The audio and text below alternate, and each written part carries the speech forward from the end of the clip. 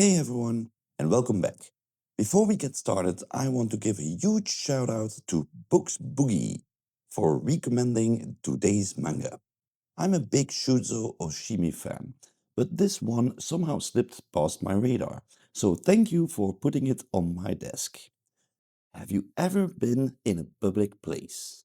A coffee shop, a library, maybe even an internet cafe, and had a fleeting thought? What if the rest of the world just vanished? What would you do? Who would you become? That's the terrifying, bizarre premise of Shuzo Oshimi's The Drifting Net Café.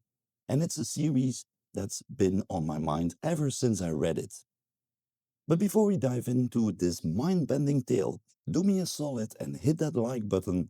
And if you haven't already, subscribe for more deep dives into the weirdest and most beautiful corners of manga. So, the Drifting Net Café follows Koichi Toki, a 29-year-old salaryman who's just lost. His life is trouble-free but completely boring, and he just passively accepted every major decision, from his career to his marriage.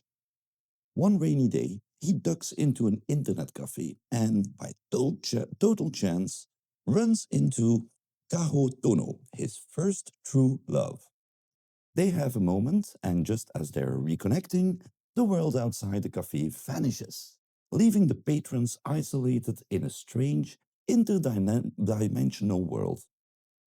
The group of strangers inside, a mix of businessmen, thugs, and nerds, are left completely isolated in this strange, desolate void. Naturally, things get really tense, and morality starts to erode pretty quickly.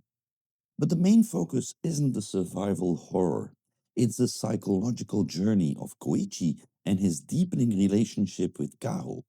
The whole situation is basically a tangible representation of Koichi's profound emotional state, his drift from his real life. Now, let's talk about the art. Oshimi's style is fantastic. He uses this incredibly realistic art style that makes the whole surreal premise even more jarring and unsettling. As the characters start to lose it, the art itself changes, with distorted faces, thick lines, and dreamlike compositions that perfectly show them spiraling into madness. It really makes the horror feel internal and psychological, not just about some external threat. The manga is a love story, a psychological drama, and the sci fi mystery all rolled into one. Now, for my criticism, a lot of critics and readers had a lukewarm reaction to the series. On Goodreads, it has 3.25 out of 5 average, which is pretty low, especially when you compare it to his later works like Flowers of Evil and on the Tracks. I think a lot of this comes down to expectations. The manga is a direct homage to Kazuo Umezu's classic The Drifting Classroom. But while that story was a sociological horror about a group of students breaking down, Oshimi's work is a purely personal and at times autobiographical tale. Some reviewers felt the horror wasn't as well executed as the original and called it slick but soulless. Also, the protagonist, Koichi, is kind of an unlikable character at times, which is a common trait in Oshimi's earlier manga. Despite the criticism, I think its true value is in its place in Oshimi's bibliography. It's a bridge between his earlier, more juvenile works and the psychological masterpieces that would come later. The fact that he was working on the Drifting Net Café and his masterpiece, The Flowers of Evil, at exactly the same time shows him finding his voice and honing his themes of escapism, identity, and perversion.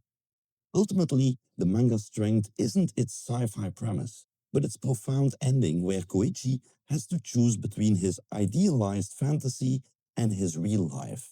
So, what do you all think? Have you read The Drifting Net Café? Do you agree that it's a stepping stone to Oshimi's later works, or do you think it stands on its own as a masterpiece? Let me know your thoughts in the comments below, and check out my playlist about Shuzo Oshimi's masterworks.